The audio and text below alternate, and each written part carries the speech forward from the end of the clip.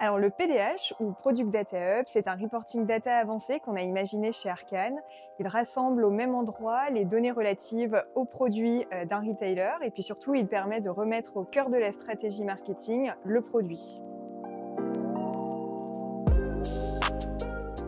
Alors en général, on utilise le PDH après une restructuration shopping afin d'en mesurer l'impact sur les KPI de suivi comme le chiffre d'affaires ou le ROAS. Mais il peut aussi servir d'outil pour mesurer la performance d'opérations commerciales spécifiques ou bien pour identifier des produits à la marge qui ne seraient pas performants par exemple. Souvent, on utilise des graphiques et des tableaux qui permettent d'afficher la performance au niveau des catégories de produits, des titres des produits ou bien des custom labels.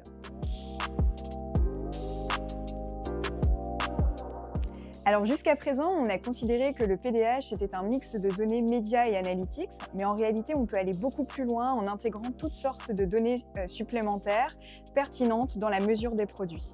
Par exemple, on a l'habitude d'accompagner nos clients dans l'intégration des données de marge lorsque le KPI de suivi est justement la marge, mais on peut aussi imaginer d'autres exemples en intégrant les données de prix des concurrents pour identifier des produits qui ont du potentiel, c'est-à-dire qui sont moins chers que la concurrence.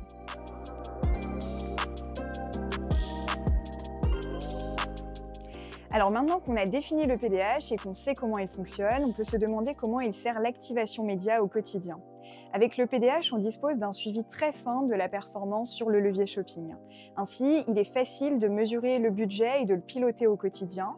On peut aussi affiner la structure des campagnes et puis ainsi facilement atteindre les objectifs qu'ils portent sur la rentabilité ou sur la croissance.